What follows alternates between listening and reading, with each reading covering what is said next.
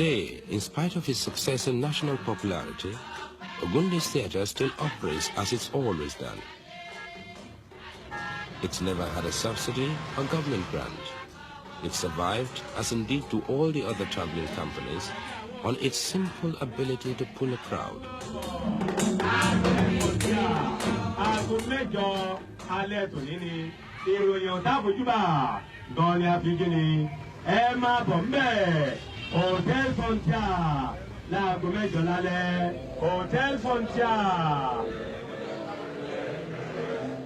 Ogunde deliberately keeps his operation simple.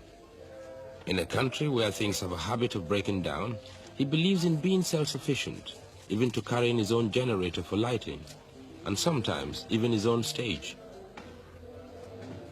As those who have seen him in rehearsal will know, he doesn't allow anything to upset him. I've never seen him lose his temper. I suppose he must do, but I've never seen it. He's always extremely patient, very friendly. This is how I think he disarms the Nigerians. We are quite an aggressive race as a whole. And he has his own personal style of not being aggressive. And even during the pressure of rehearsals, he's still extremely calm and relaxed.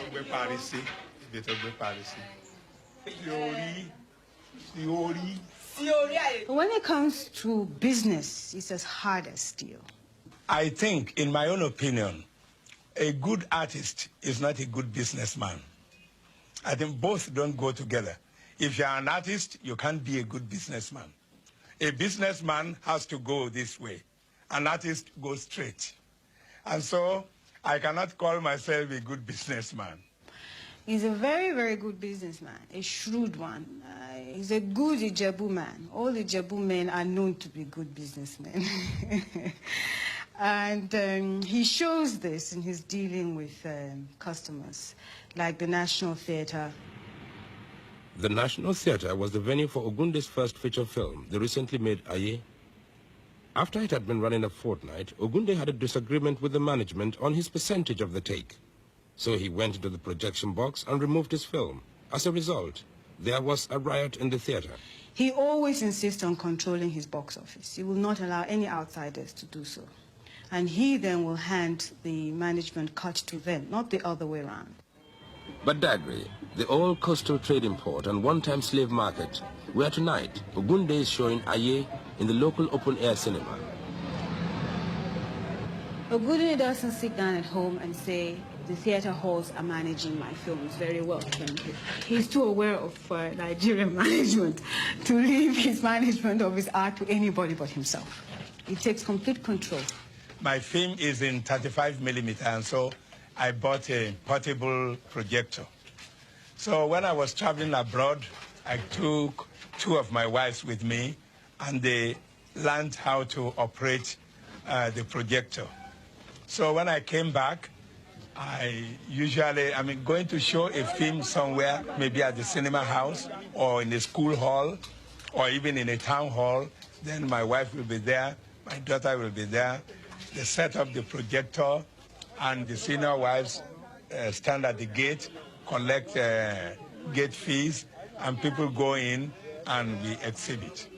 By that, I've been able to avoid the cheating by the cinema houses. And this isn't small money we are talking about. Oil-rich Nigeria has its own inflation, and a cinema seat costs about £2.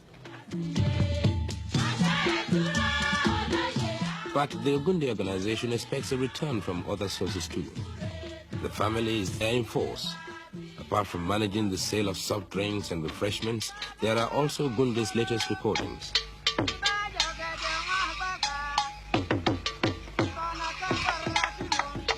Aye is a film that has already recovered 50% of its production cost in the capital city of Lagos alone. Now the rest of Nigeria is anxious to see it.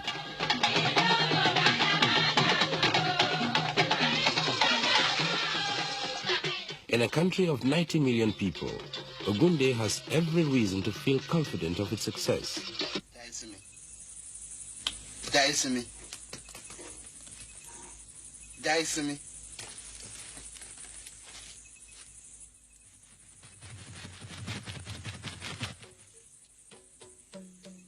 Aye is another traditional tale about witches and possession, divination and exorcism.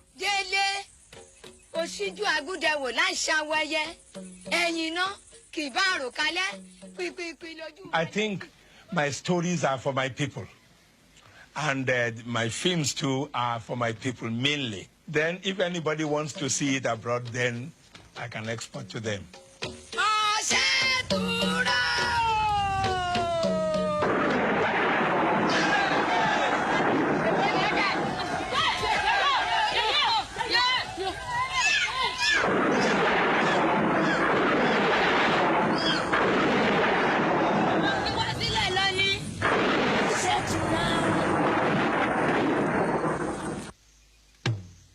For Chief Ogunde, Aye is a test of whether at the age of 62 he can start a new career as a filmmaker.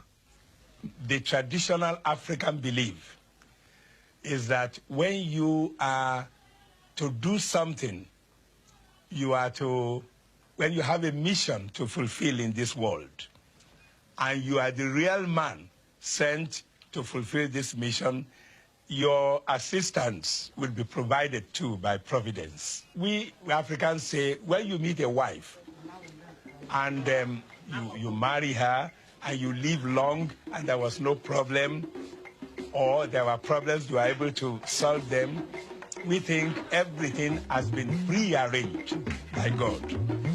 So I now know that because of what I'm to do in this life, my wives and my children have been specially provided to be my assistants.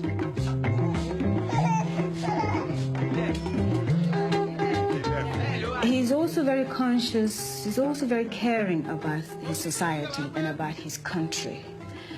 And he feels that even if Nigeria is fast changing in its mood and its tastes, that he can still be the spokesman for his people.